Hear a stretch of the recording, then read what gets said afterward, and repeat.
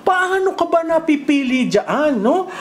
Unang-una, kailangan po Pilipino at for the last 10 years bago ng nomination. Pangalawa po, nakatulong sa pagtatatag ng Filipino sense of nationhood.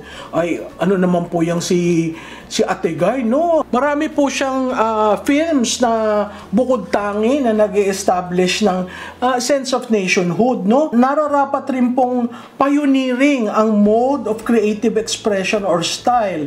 Kailangan po may significant body of work. Naku, kung titingnan nyo ho ang mga pelikula ni Miss Nora Aunor, talagang ang gaganda po at yan ay panlaban natin sa ibang bansa, no? Consistently displayed excellence. Sa mata lamang po ni Nora Aunor, talagang nabibihag na ang mga manunood, no? At nag-e-enjoy ng broad acceptance through prestigious national and international recognition. So, kailangan medyo naugatan ka na, kailangan medyo talagang yung body of work mo ay napakagaling.